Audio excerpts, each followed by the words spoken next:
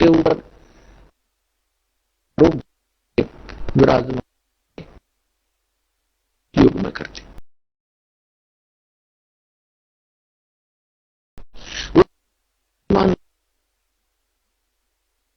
मुसलमान जो वो सीधे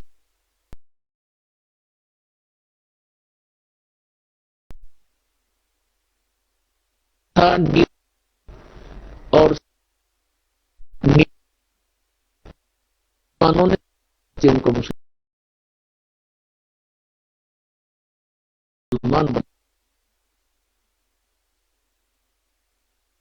भगवान की पूजा के थे।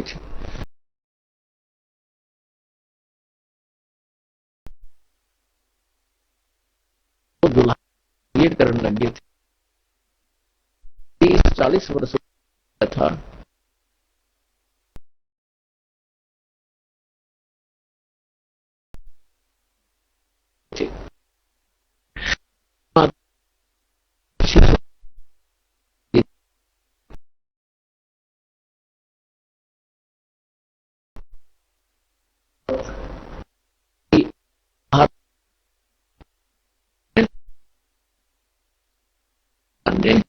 हरी गाय ने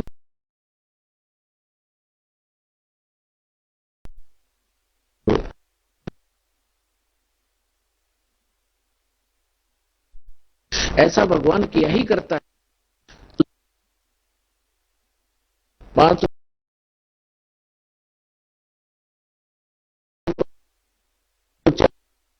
पुरुष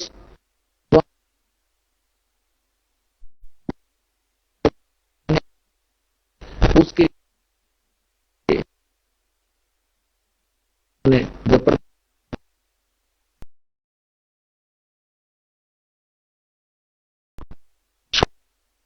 चरणों में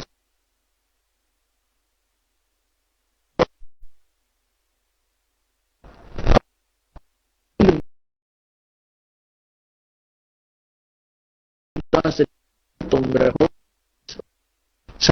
जाकर देख जी ने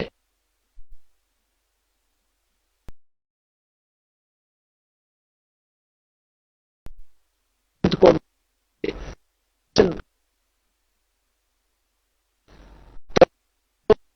एक एक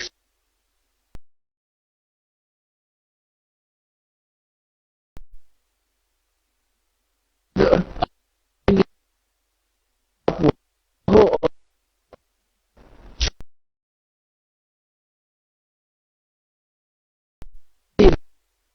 रहे और है कि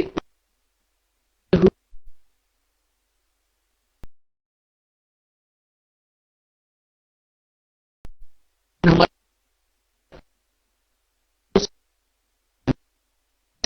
एक अधिकार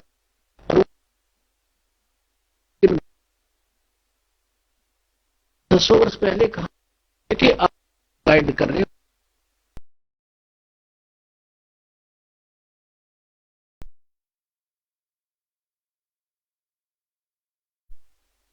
जैसे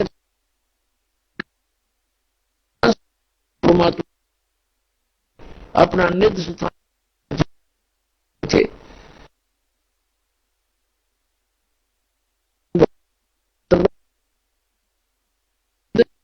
वेद और ही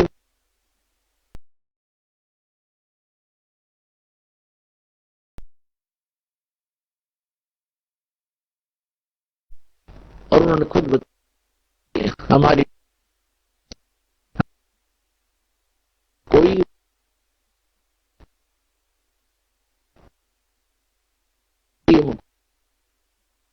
मतलब है और जब एसडीएम आएगा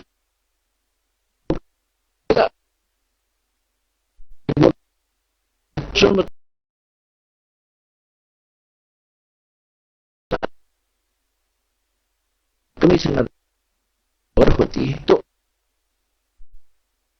से हम बोलते हैं तो ये सच्ची बता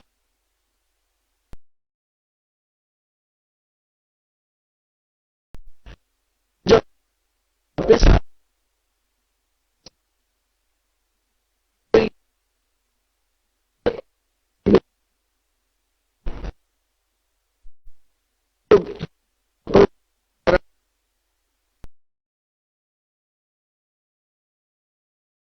ब्रह्मा जी, विष्णु जी, शिव जी,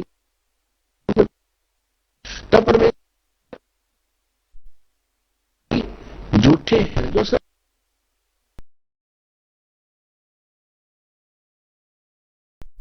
ये वेद में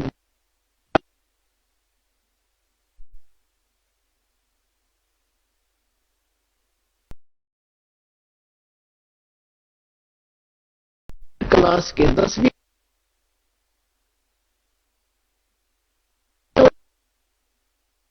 20 मैट्रिक तक के जो शिक्षा है वो उसमें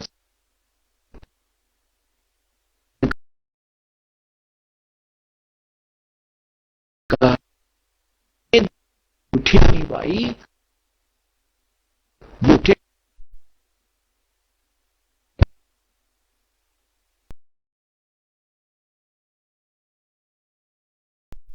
पिता समझ नहीं सके। इस पर बहुत से थे,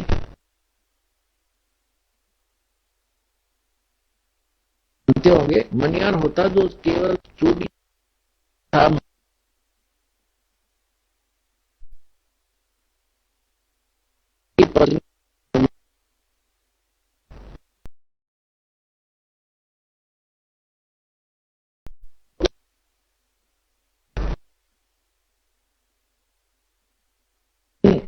परमात्मा भक्त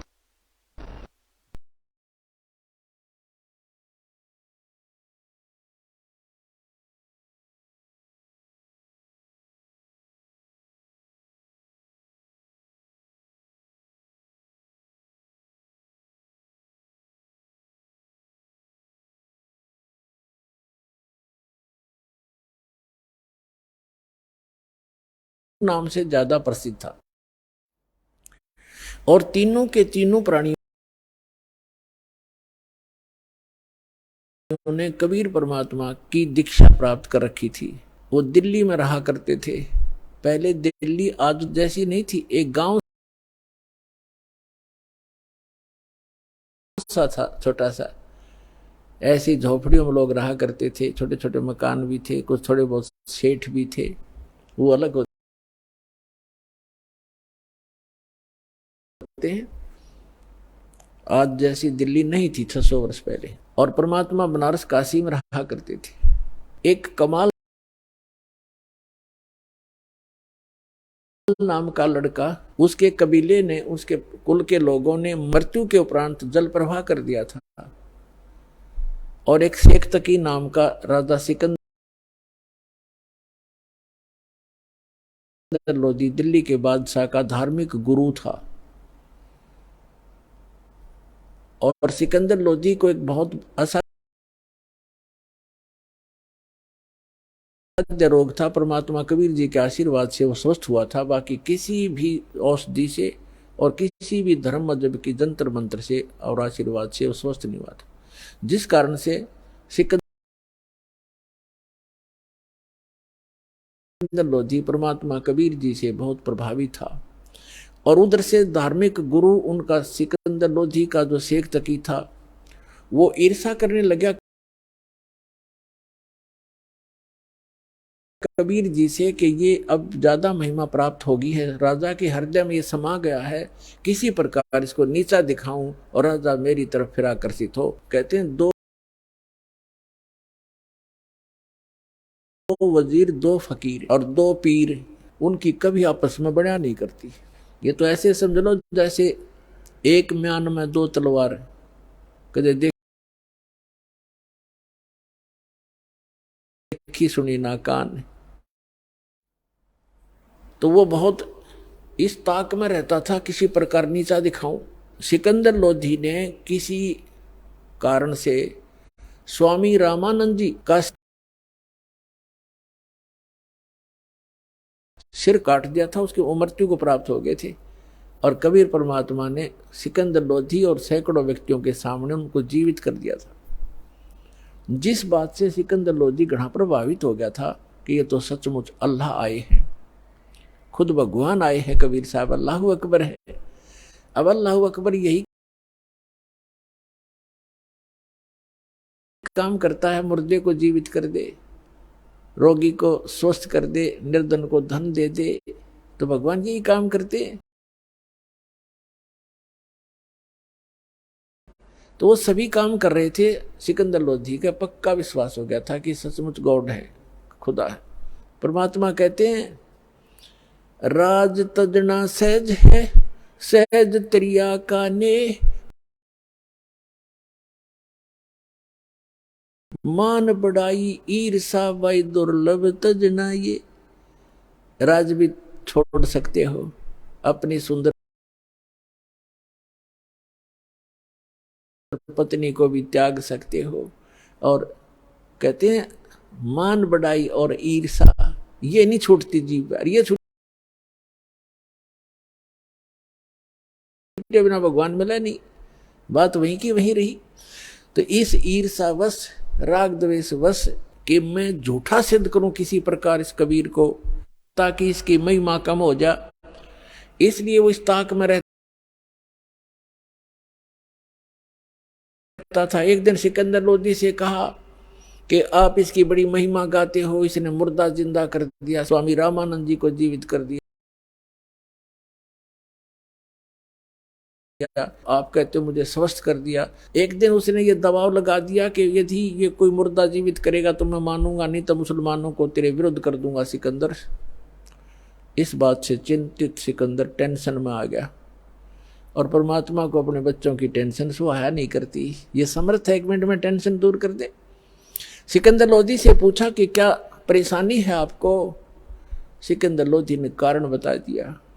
तो परमात्मा ने कहा कि कहो शेख तकी को कोई मुर्दा लावे, और करते अर्ध भगवान से थोड़ा छुपा के रखते थे दाता अपने को। सिकंदर लोधी को तो पता था, कह दिया सो कह दिया। कबीर जी कह रहे हैं कर देंगे जिंदा, लाओ कोई मुर्दा। तो वो कहता मैं कहां से लाऊं मुर्दा, कभी आएगा जब देखेंगे, कभी होगा जब देखेंगे। अब परमात्मा ने सोचा कि ये टेंशन काफी देर रहेगा। सिकंदर इतने में क्या हुआ, लीला मालिक की सोशल सीधे मैं करूं अपने जन के काज।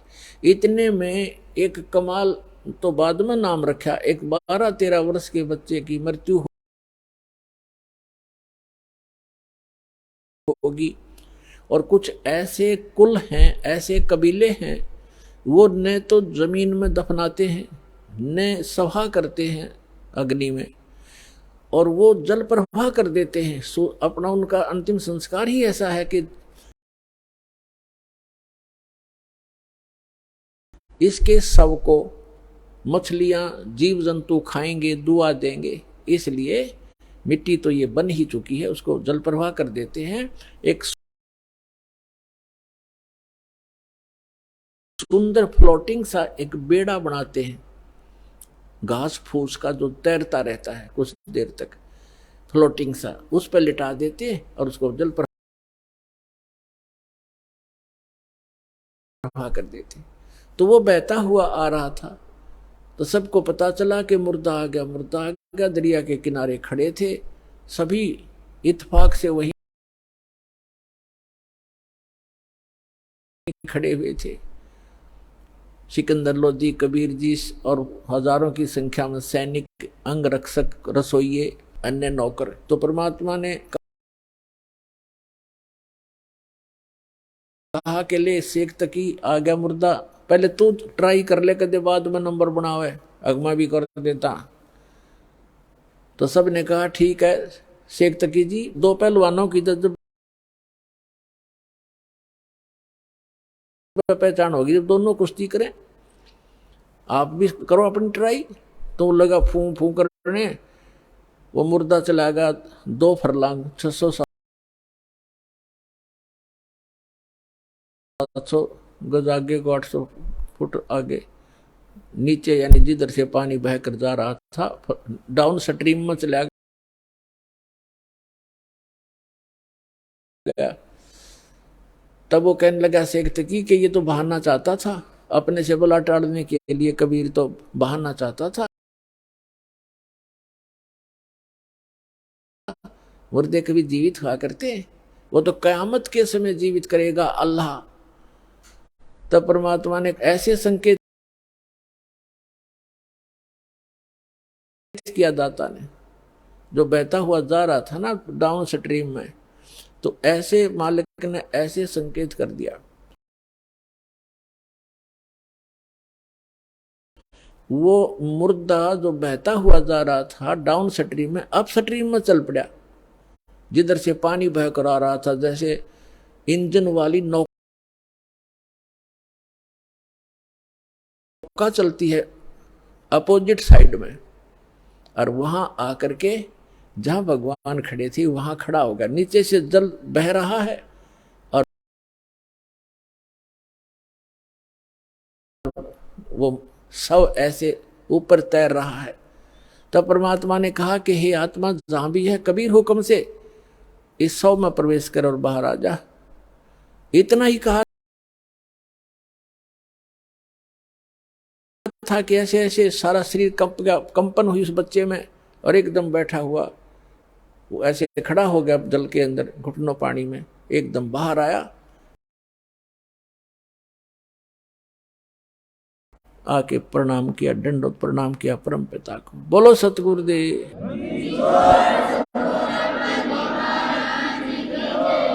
सभी ने ये कहा कमाल कर दिया, कमाल कर दिया। परमात्मा ने उस बच्चे का नाम कमाल रख दिया और उसको अपने बच्चे के रूप में रखा। अब बच्चे को पता नहीं कौन माता थी कौन पिता थी, दाता ने वो बच्चा अपने पास रखा, उसको भक्ति दी। अब क्या है कि कुछ दिनों के बाद परमात्मा के संग रहने से उस कमाल के अंदर अभिमान आ गया।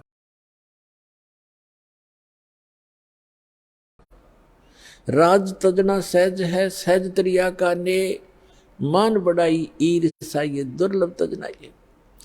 अब क्या है कि परमात्मा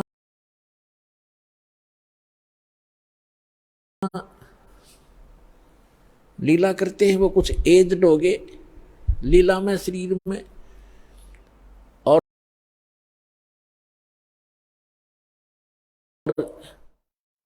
वो कमाल नाम का बालक 17-18 साल का हो गया, युवा, भक्ति मिल गई, ज्ञान रोज सुनाई करता।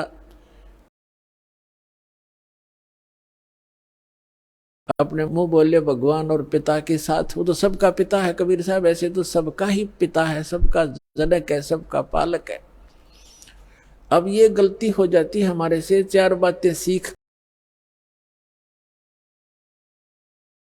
कर, जो ज्ञान सुनकर हम स्वयं वक्ता बनकर प्रभुता के पात्र बनना चाहते हैं, ये जीव की सबसे बड़ी भूल और दुर्भाग्य होता है। ये संगत भी ज्ञान के अभाव से, किसी को से थोड़े से ज्ञान के वचन सुन लिए दास से प्राप्त, और वो ठीक सा बोलने लग गया और सब उसी की तरफ देखने लग जाते, वाह वाह बहुत अच्छा बोलता है, खाक बोलता है बता। और फिर वही बात बिगड़ जाती है कि गुरु को तजय बजय सो आना, तापसुआ को फोकट ज्ञाना। गुरु को छोड़कर अन्य पर आसक्त होते तो वो भी एक फोकट ज्ञान है उन लोगों का, जैसे हम भगवान को छोड़कर इस काल पर आसक्त हुए थे, आज ये दुख भोग रहे हैं। तो इस प्रकार हमने अपने पतिव्रता पद से भी नहीं गिरना है। ज्ञान भगवान का है, बोलने वाला किसी तरह बोल रहा है वो उसका ज्ञान नहीं है, तो उससे आकर्षित नहीं होना चाहिए हमने, नहीं तो फिर हम पतिव्रता पद से गिर जाते हैं, नाम रहित हो जाते। तो कितना ही कोई वक्ता बना फिर जाओ, वो कर्महीन इंसान है, तो फिर उसमें महिमा की भूख बन जाती है। यही रोग लग गया कमाल के। बहुत से जो संगत वाले थे वो कहने लगे, वाह भाई कमाल, आप तो गुरुजी से भी बढ़िया सत्संग सुनाते हो कबीर साहब से। वो फूल गया, हवा तो किस भर दो या तुरंत भर जाती है। अब उसमें यह अभिमान हो गया और फिर नो कहने लगे, भी बड़ा सेवा करता है गुरुजी की, तेरे जैसी सेवा कोई नहीं कर सकता। एक दूसरी बीमारी यह होगी। तो परमात्मा तो अंतर्यामी थे, उसको पता था कि ये मरेगा मूर्ख, जहर खाने लग गया। अब संकेतों में समझा करते थे भगवान कि भाई अभिमान चाहे तो धन का हो जा, कोई दान गढ़ा करता है, दान का अभिमान हो गया, मैंने इतने पाठ करा दिए, मैंने ये बनवा दिया, फलान कर दिया। और चाहे कोई नू देखे बड़ा माड़ा फेरे, सारा दिन मंत्र करता रहता, दूसरे उससे प्रभावित होंगे, उसकी प्रशंसा करने लग जाएंगे, वो अभी भूल है आपकी, क्योंकि आपकी अभी कमजोरी है। अब जैसे कोई एक लड्डू खा रहा है और दूसरा यूं कह रहा, देख 4 लड्डू खा गया, वाह भाई वाह बड़े लड्डू खा गया। अब उसके लड्डू खाने का आपको क्या मिला? आप भी प्रबंध करो 4 लड्डुओं का, जब तक बराबर हो। उसकी खाक प्रशंसा कर रहे हो, वो भक्ति कर रहे हो, तुम उसकी प्रशंसा कर रहे हो, आप भी करो फिर। तो ऐसे हम मार खाते। ये कमजोरियां हैं जो दास आपको बता रहा है, जो आपके भक्ति की गाड़ी में पंचर कर देंगी। इन कमजोरियों से बचना ही बचना है। एक वृद्ध व्यक्ति था, डॉक्टर के पास गया और डॉक्टर ने देखा अस्थि पिंजर सा शेष है वृद्ध, तो वो कहने लगा, डॉक्टर जी मेरे पिंडलियों में दर्द रहता है। डॉक्टर बोला,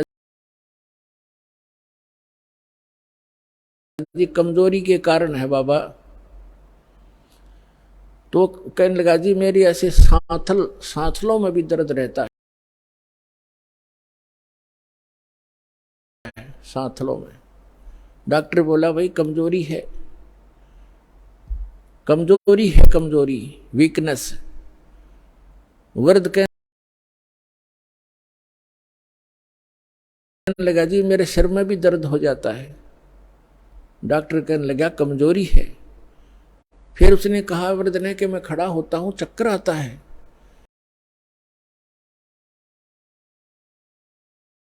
तो डॉक्टर बोला, बाबा कमजोरी है। अब वृद्ध ने गुस्सा आ गया, ने बोला, तू डॉक्टर है गम चक्कर, एक के बाद जाने कमजोरी है, कमजोरी है, और भी बताओगा। तो डॉक्टर बोला, यह भी कमजोरी के कारण है, अपना गुस्सा जो है ये भी कमजोरी के लक्षण है।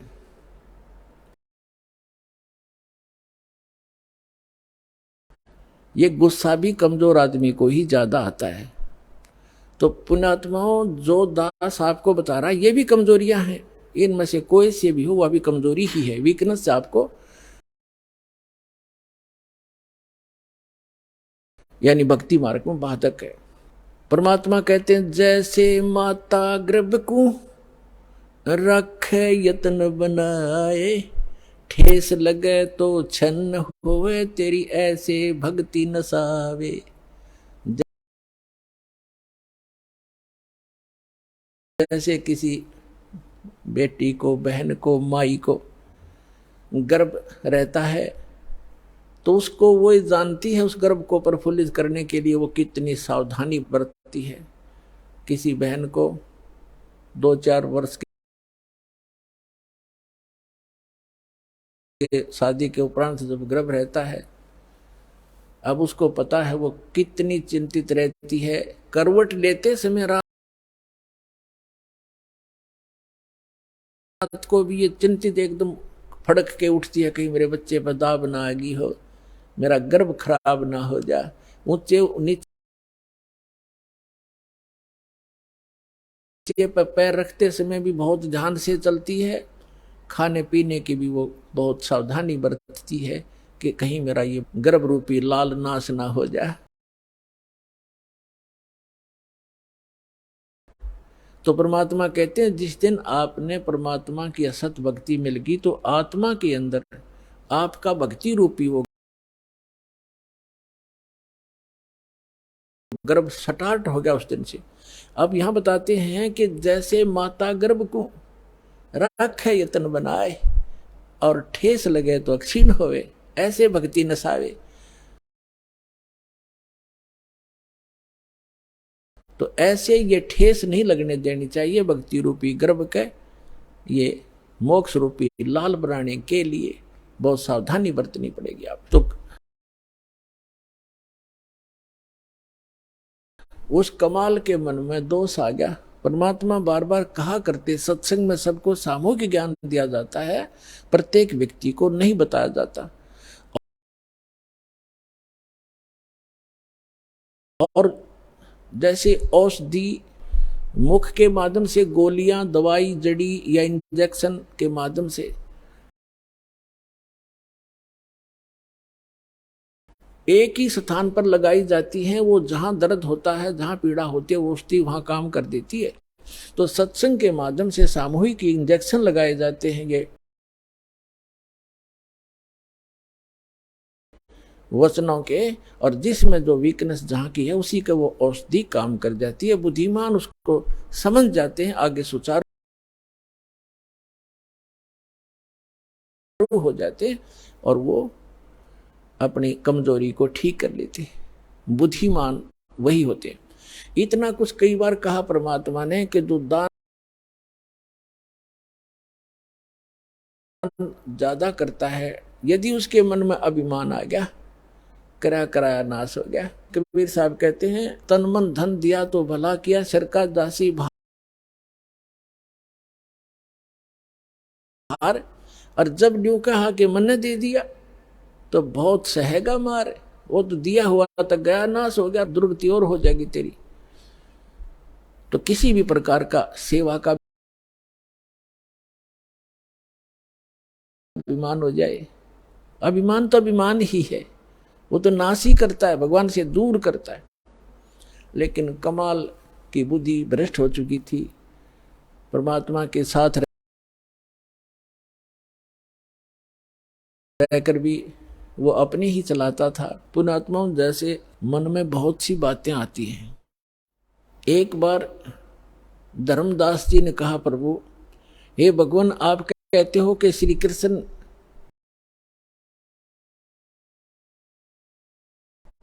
परमात्मा नहीं है, समर्थ नहीं है। श्री कृष्ण जी ने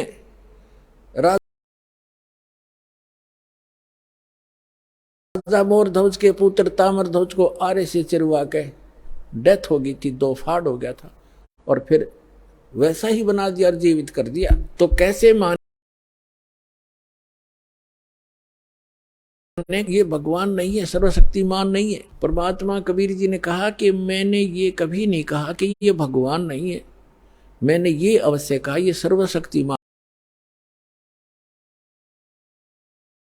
नहीं है। भगवान का मतलब मैंने ये कभी नहीं कहा कि ये स्वामी नहीं है, ये प्रभु नहीं है, लेकिन ये सर्वशक्तिमान नहीं है। इतना अवश्य कहा कि सर्वशक्तिमान नहीं है। जैसे परिभाषा प्रभु की आपको बहुत बार बताई है। तहसीलदार भी साहब है, एसडीएम भी साहब है, डिप्टी कमिश्नर भी साहब है, जिसको कलेक्टर कहते हैं, डिप्टी कलेक्टर, और कमिश्नर भी साहब है, मंत्री भी साहब है, अपने सतर का साहब है, अपने उसका कुछ सीमा है उसके साहब की, उसकी शक्ति की।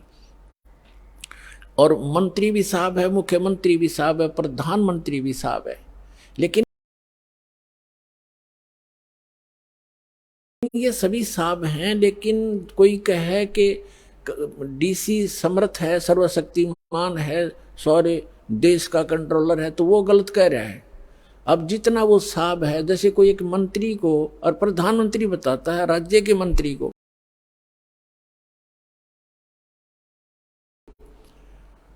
तो वो उस प्रोसीजर से वो परिचित नहीं है, इसलिए एक मंत्री भी अपने सत्र का लाभ दे देता है।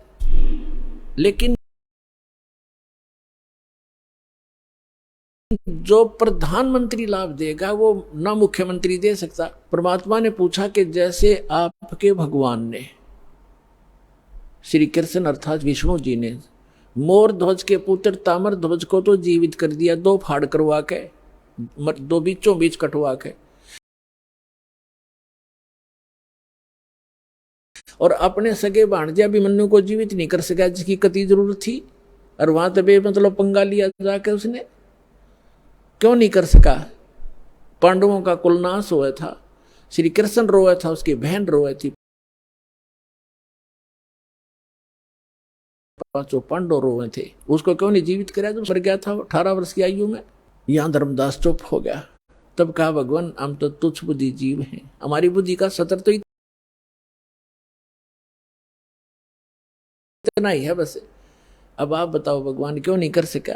तब परमात्मा ने बताया कि जब तक संस्कार जिसके हैं,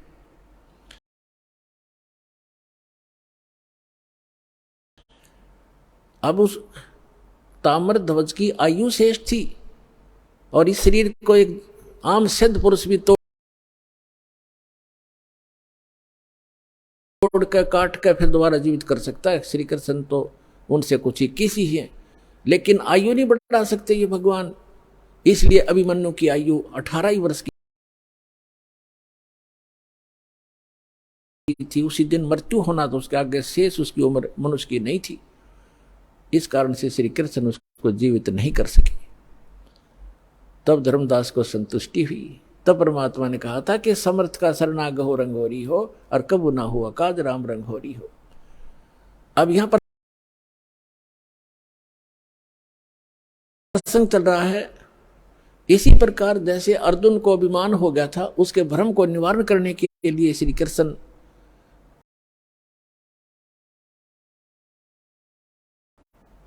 उसको मोर ध्वज राजा के घर लेकर गया था। तो अर्जुन को अभिमान हो गया था कि भगवान मेरे जैसा आपका आज्ञाकारी कोई और नहीं हो सकता, ऐसा सेवक नहीं हो सकता। अब श्री कृष्ण ने सोचा, अब इसको मैं कहूंगा तो काली मानेगा, रोज इकट्ठा रहना, फिर ये बात बिगड़ेगी। दूसरे कुछ दिन के बाद कहा कि चल अर्जुन, मुझे कब से कार्य है, मोर ध्वज राजा अपने पुत्र को राज्याभिषेक कर रहा है, मुझे आमंत्रित किया है, अभी चलोगे? अकौर जी, मैं तो आपका आज्ञाकारी शिष्य हूं। पांडवों का श्री कृष्ण उनके धार्मिक गुरु भी थे। अब वहां जाकर क्या देखा कि मोर ध्वज, ताम्र ध्वज और उनकी एक पत्नी थी मोर ध्वज की। राज्याभिषेक करने के लिए अपने पुत्र को गद्दी पर बैठाकर राज्य से संन्यास लेना चाहता था। उसने सब साधु संत महात्माओं को आमंत्रित किया हुआ था, बहुत बड़ा यज्ञ कर रहा था। तो उस यज्ञ के अंदर जो भी साधु संत जो खाने को मांगते हैं वो देना पड़ता है, नहीं तो उसकी यज्ञ खंडित मानी जाती थी। तो वहां जब जाकर बैठ गए साधु रूप बनाकर 2 संत और साथ में एक माया से शेर बना लिया श्री कृष्ण जी ने, और तीनों बाग में जाकर बैठ गए।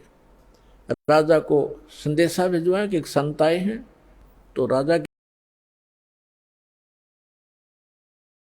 के नौकरों ने कहा, प्रभु भोजन पाओ। तो साधु रूप में श्री कृष्ण जी ने कहा कि राजा यहाँ आए, स्वयं आमंत्रित करे,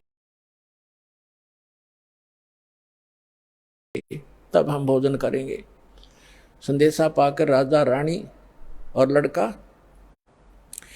आरती की थाली लेकर आरती की और फिर प्रार्थना की, भगवान भोजन की सुनाओ। तब श्री कृष्ण जी ने कहा कि पहले हमारे शेर का आहार कराओ, फिर हम पीछे भोजन खाते हैं।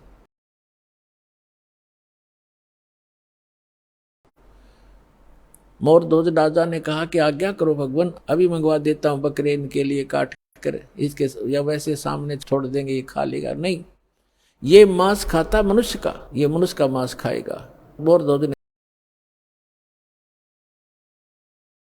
कहा जी जो आज्ञा आपकी।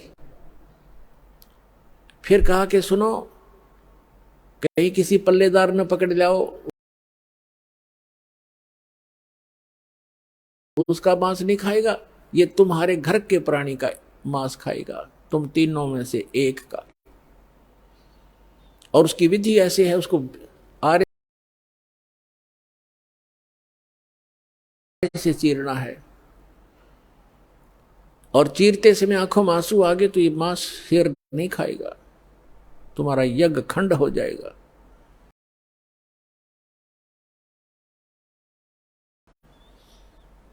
अब मोरध्वज ने कहा कि जो आज्ञा भगवान आपकी। तो कहा कि ठीक है। जब मोरध्वज ने कहा कि मैं फ्री हो चुका हूं, लड़का युवा हो गया है, बेटा तू राज संभालना, अपनी मां की सेवा करना, और मेरा काम पूरा हुआ और मैं महात्मा के शेर का आहार बनूंगा। रानी ने कहा कि देखो बात सुनो, आप मेरे पति हो, और पति भरता पत्नी से पहले पति की मृत्यु होना कलंक होता है, मैं आपसे पहले मरूंगी, आप मुझे आहार बनने दो।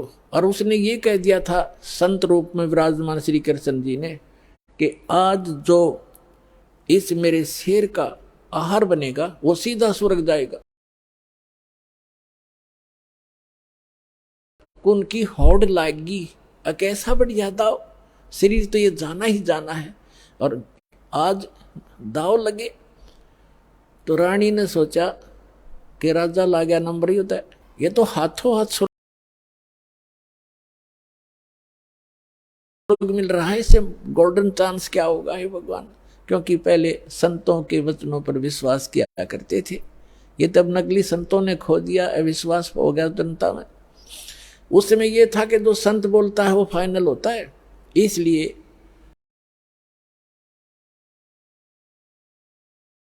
रानी ने पंजे गाड़ दिए, अग नहीं आप नहीं, मुझे काट दो, मुझे शेर का आहार कर दो। और मन में ये थी कि मुझे स्वर्ग मिलेगा, इससे बढ़िया चांस क्या होगा, और मैं क्या संभालूंगी। बालक ने, बाप यहाँ रहेगा तो इसको राजकाज में गाइड करता रहेगा, बच्चा दुखी ना होगा। इसलिए अब तीसरा नंबर था उसका। ताम्रध्वज ने सोचा कि अभी बात बिगड़गी, प्रथम था स्वर्ग प्राप्ति, और दूसरे मैंने माता पिता की सेवा क्या की है, ये कट जाएंगे तो मेरा धर्म बिगड़ गया। इसलिए महात्मा से खड़े होकर कहा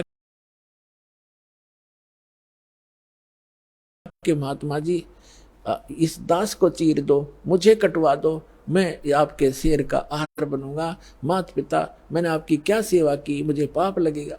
लास्ट में उन तीनों ने जो संत रूप में विराजमान श्री कृष्ण जी से कहा कि महात्मा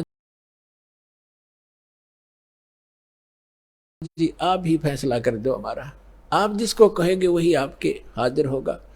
तो उसने क्या फैसला किया कि दोनों तुम पति पत्नी इस अपने पुत्र को आरे से चीरो, यहां से चीरना शुरू करना और नीचे तक 2 भाग कर दो।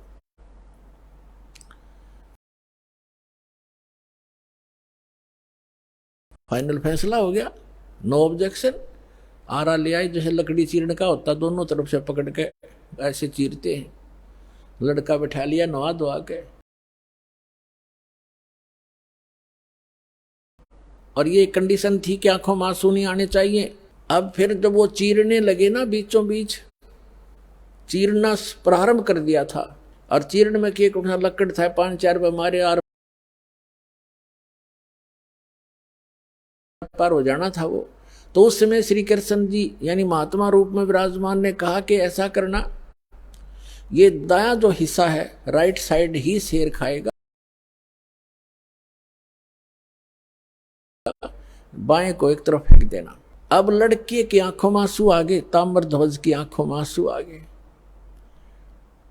आंसू आ गए, और माता पिता ने जल्दी में चीर दिया, ज्यादा देर नहीं देखा जाएगा लड़का।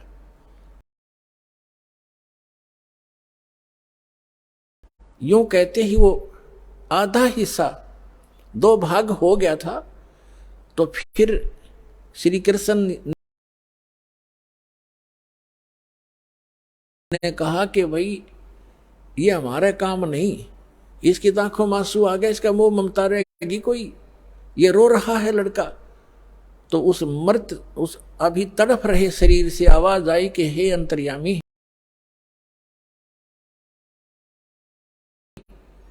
आप तो महात्मा हो, अंतर्यामी हो। मैं इसलिए नहीं रो रहा था कि मुझे कोई ममता है, मैं इसलिए रो रहा हूं कि मैं इतना, मेरा कोई लेफ्ट साइड का इतना गंदा होगा, मैं इतना पापी हूं कि मेरा पूरा शरीर भी आपके काम नहीं आ सका, इसलिए रो रहा हूं। तब खुश हो गए उस संत और खड़ा होकर के उसको आशीर्वाद दे दिया। बच्चा नो का नो जीवित हो गया।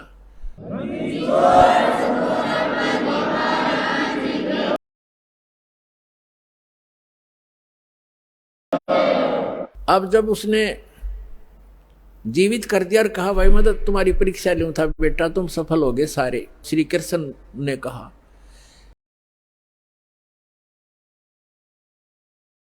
और कहा कि मांग ले मोर ध्वज, क्या मांगना चाहता है, तुझे स्वर्ग में भेज दूंगा और बहुत समय तक तेरा स्वर्ग का राज लिख दूंगा, इंद्र की पदवी दे दूंगा। तब उस ज्ञानी मोर ध्वज ने क्या मांगा कि मुझे भक्ति दे दो भगवान, इस राज ने के चाटूंगा तो काल छोड़ना पड़ेगा, वहां का भी छोड़ना पड़ेगा। तो जिस स्तर की भक्ति श्री कृष्ण दे सकता था वह मोर ध्वज को दे दी और लड़के को भी जीवित कर दिया।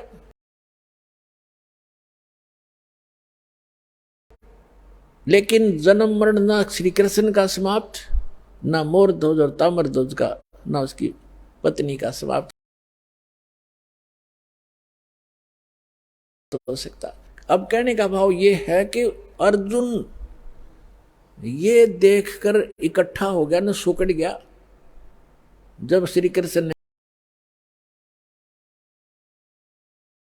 कहा कि अर्जुन आप डींग मारा करते कि मेरे जैसा कोई सेवक नहीं, तने सेवक तो देखे नहीं थे।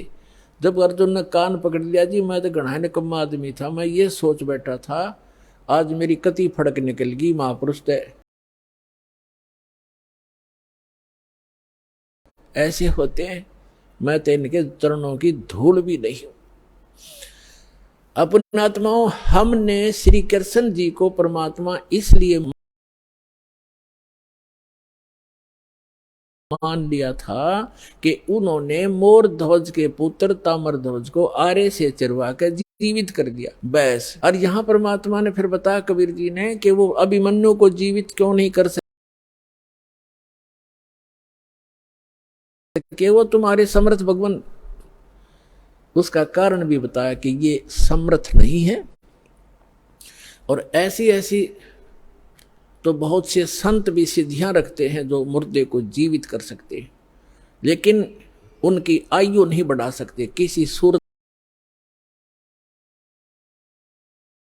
में नहीं बढ़ा सकते।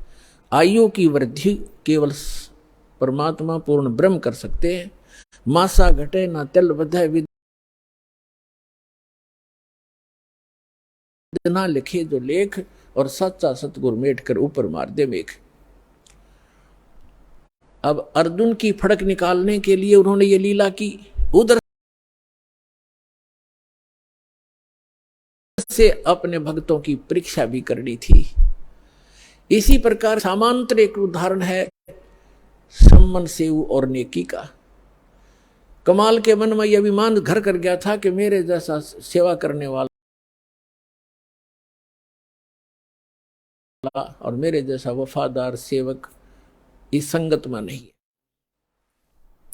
और बहुत बार परमात्मा के सामने भी उसने ये मुंह खोल दिया था। तब तो परमेश्वर कबीर जी ने कहा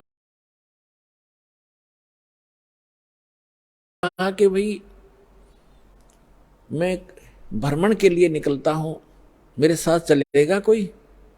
तो कमाल ने कहा जी मैं तो आपके साथ चलूंगा, मेरे बगैर सेवा आपकी करेगा कौन? परमात्मा बोले चल। वाजिद नाम के एक राजा थे, वो घर त्याग कर चले गए थे, फिर उनको जंगल में भगवान मिले थे उनको फिर अपने साथ रखा था, वो भी सेवक हो गए थे ज्ञान समझ के। तो वो दोनों जड़े बाजीद और कमाल और परमात्मा तीनों जने चल पड़े। उधर से सम्मन और नेक्की उसकी पत्नी और सेऊन का पुत्र। नेक्की और सम्मन जो है दोनों चूड़ी पहनाने का काम किया करते, मनियार का। और ये एक स्वभाव बन जाता है भक्त अपने का, खासकर कबीर परमात्मा के बच्चे का नाम लेने के बाद वो ये सोचता है तेरा कल्याण तो निश्चित, और इस सामने वाले ने भी समझा दो किसी तरह। तो कोई जैसे कोई मजदूर जाता है किसी सेठ के काम करता है, उसको भी कोशिश करता है इसको ज्ञान बता दूं, लेकिन वो सातवें आसमान पर होता है, उसने एक मजदूर की बात कैसे सुनावे, ना सुनो, लेकिन कोशिश रहती है कि इसकी किसी प्रकार बुद्धि सेट हो जाए, इसका जीवन नाश हो रहा है। हमारे भक्त की ये चेष्टा रहती है। तो वो सम्मन और उसकी पत्नी जहां भी चूड़ी पहनाने जाते थे बहनों को, तो परमात्मा की चर्चा शुरू कर देते थे। हमारे वो गुरु जी ऐसे हैं, सिकंदर लोधी को जलन का रोग हो गया था, वो ठीक कर दिया। स्वामी रामानंद जी का कत्ल कर दिया था सिकंदर लोधी, राजा दिल्ली के बादशाह ने, हमारे गुरु जी ने जीवित कर दिया उन्हीं के सामने। एक कमाल नाम का लड़का था, मरता बहता हुआ आ रहा था, हमारे गुरु जी ने वो जीवित कर दिया। हमारे गुरु जी बड़े सक्षम हैं, नाम लेने से मोक्ष हो जाता है, सदा दुख मिट जाते हैं, यहाँ भी सुख मिलते हैं। अब वो गरीब व्यक्ति चूड़ी बेच के गुजारा करें, मुश्किल से उनका निर्वाह चल रहा था। और वो समझाओ उन सेठों की, धनी व्यक्तियों की पत्नियों को, लड़कियों को, तो उनका कैसे बात गले उतरे, बल्कि उल्टा वो चिढ़न लागी। कहते हैं तुलसी पिछले पाप से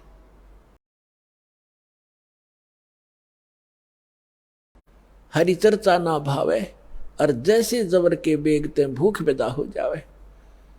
किसी का मलेरिया बुखार हो गया हो, उसको काजू किसमस भी कड़वी लगे, सेब भी कड़वे लगे, रोटी भी कड़वी लगती है। वो रोटी सेब कड़वे नहीं है, उस बुखार ने उसके शरीर की, रोगी के शरीर की व्यवस्था बिगाड़ दी, जिसको मीठी वस्तु भी कड़वी लग रही है। इसी प्रकार पापग्रस्त प्राणी को परमात्मा की चर्चा सुहाया नहीं करती, भाया नहीं करती, अच्छी नहीं लगती, वो दुख मानता है। अब वो कहा करती थी कि तुम्हें तो खाने को दाने नहीं, और तुम बताओ हम तुम्हारे गुरुजी इतने सक्षम है, फलान है, चुप रहो, अपना काम करो। अब इस बात पर वो भी कई बार अपने आप में दुखी हो जाते थे कि सचमुच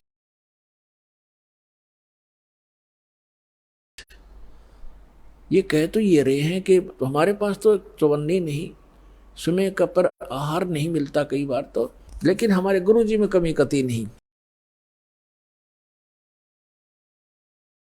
ये दिल वो डांट ही लेते थे, ज्ञान ऐसा हो चुका था। तो पुण्यात्माओं, ये कथाएं हैं, ये आपके लिए गाइडलाइन है। आप जी विचलित ना होना, कुछ भी हो आने दो समय। परमात्मा कहते हैं कल्पे कारण कौन है, कर सेवा नी काम, और मन इच्छा फल दूंगा जो पड़े मेरे ते काम। आइए अब हम उन श्रद्धालुओं के अनुभव जानते हैं जो जगत गुरु तत्वदर्शी संत रामपाल जी महाराज जी से दीक्षा प्राप्त कर चुके हैं तथा उनके द्वारा बताए गए भक्ति मार्ग पर चल रहे हैं। नमस्कार जी। सत साहिब जी। क्या नाम है जी आपका? जी कृष्णा चौरसिया। कृष्णा जी, आप कहाँ से हैं? जी हरिद्वार से। संत रामपाल जी महाराज से नाम दीक्षा आपने कब ली? जी 9 अगस्त 2020 में हमने संत रामपाल जी महाराज जी से नाम दीक्षा ली। संत रामपाल जी महाराज से नाम दीक्षा लेने से पहले आप क्या भक्ति साधनाएं किया करते थे? जी सभी देवी देवताओं की पूजा करते थे, जैसे सब लोग करते हैं वैसे ही करते थे। तीर्थ व्रत भी करते थे, लेकिन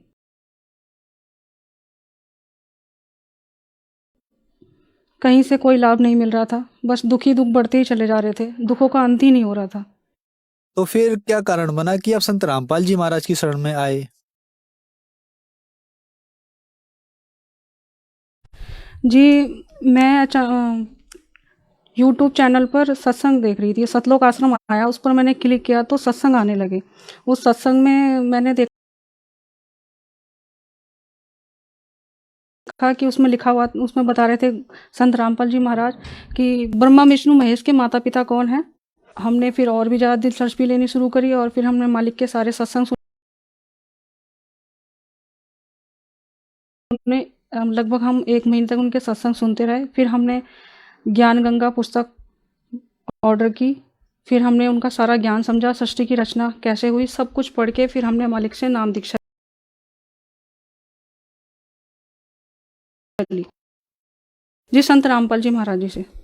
संत रामपाल जी महाराज से नाम दीक्षा लेने के बाद आपको क्या लाभ मिले? जी बस लाभ ही लाभ मिले, हानि तो कोई भी नहीं हुई। बस लाभ इतने मिले कि मैं आपको बताना चाहूँ तो बस दिन कम पड़ जाएगा, लेकिन आपको हम बस जो मोटे मोटे लाभ है वो आपको बता देती हूँ। मुझे थायराइड हो गया था और दिमाग की नसों में बहुत दर्द रहता था, नसें सिकुड़ चुकी थी।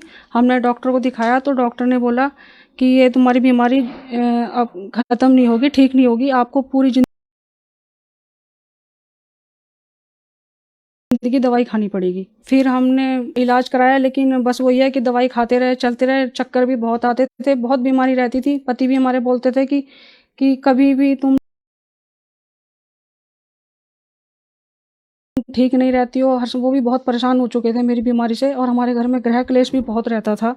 आर्थिक स्थिति भी बहुत खराब हो गई थी हमारी, बच्चे भी बीमार रहते थे, घर में किसी प्रकार की सुख शांति नहीं थी, बस अशांति अशांति थी। और कर्जे से भी बहुत ज़्यादा हम परेशान हो चुके थे। लेकिन जब से मालिक संत रामपाल जी महाराज जी के शरण में आए, उनसे नाम दीक्षा ली, उनके शरण में जाते ही मेरी सारी बीमारी ठीक हो गई और हमारी आर्थिक स्थिति भी बहुत अच्छी हो गई। और हम 12 साल से किराए के मकान में धक्के खा रहे थे, बहुत परेशान थे। अपना मकान ले ही नहीं पा रहे थे क्योंकि कर्ज से ही नहीं मुक्ति मिलती थी, अपना मकान कहाँ से ले पाते।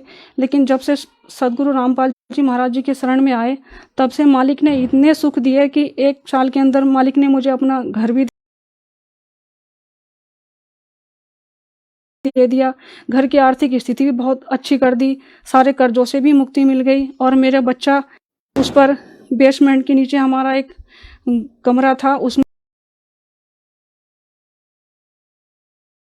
मेरा बच्चा नीचे लकड़ी के सीढ़ी से नीचे उतर रहा था। 40 किलो का दरवाजा उसके सर पर गिरा, लेकिन बंदी छोड़ सदगुरु रामपाल जी महाराज जी ने पल पल रक्षा करते हैं।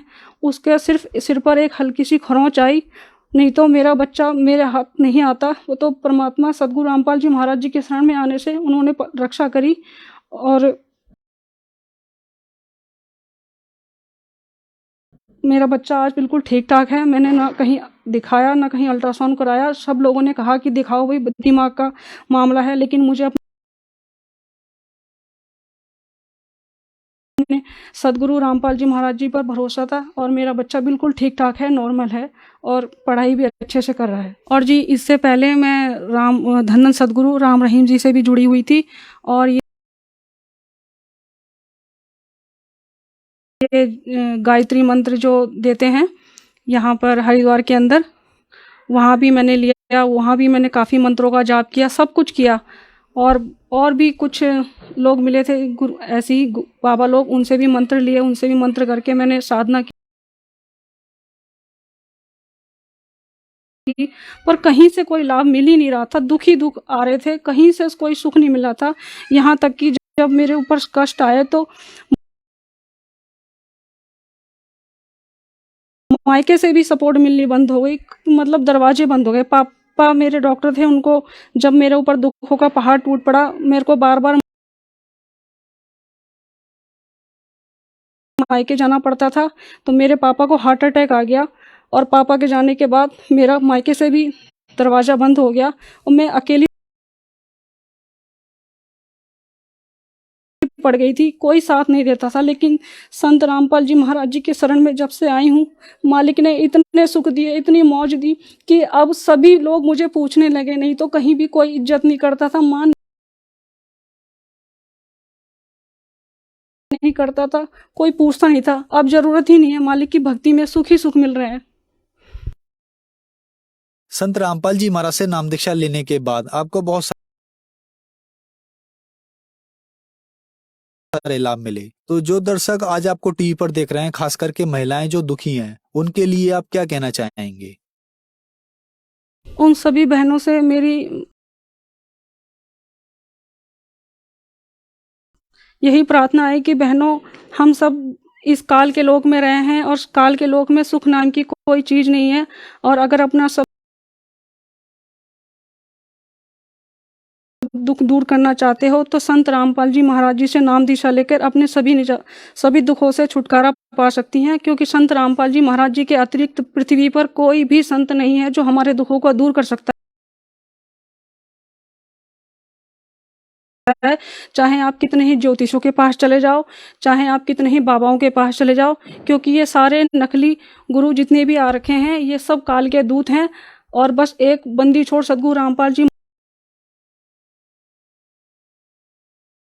महाराज ही ऐसे संत हैं पृथ्वी पर जो हमें इन सभी दुखों से निजात दिला सकते हैं। और आप भी सभी भी मेरे जैसे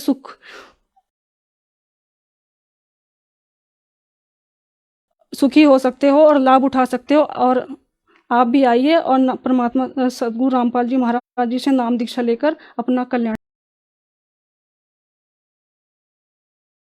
कराइए। संत रामपाल जी महाराज से नाम दीक्षा कैसे ली जा सकती है? संत रामपाल जी महाराज जी से नाम दीक्षा लेने के लिए चैनल पर सदगुरु रामपाल जी महाराज जी का सत्संग आता है, उस पर पीली पट्टी चलती है, उस पर नंबर लिखे होते हैं। उस नंबरों पर फ़ोन करके आप अपने नज़दीकी नाम दान सेंटर पता कर सकते हैं और वहाँ पर नाम दीक्षा लेकर अपना कल्याण करा सकते हैं। धन्यवाद जी। सत साहिब।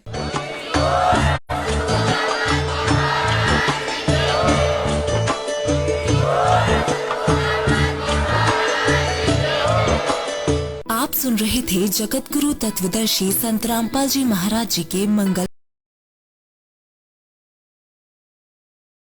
प्रवचन। अधिक जानकारी के लिए विजिट कीजिए हमारी वेबसाइट www.jagatgururampalji.org। संत रामपाल जी महाराज जी के शुभ आशीर्वाद से पूरे विश्व भर में 500 से भी ज्यादा नाम दीक्षा केंद्र हैं, जिन पर संत रामपाल जी महाराज जी द्वारा ऑनलाइन निशुल्क नाम दीक्षा दी जा रही है। अपने नजदीकी नाम दीक्षा केंद्र का पता करने के लिए संपर्क करें 8222880541।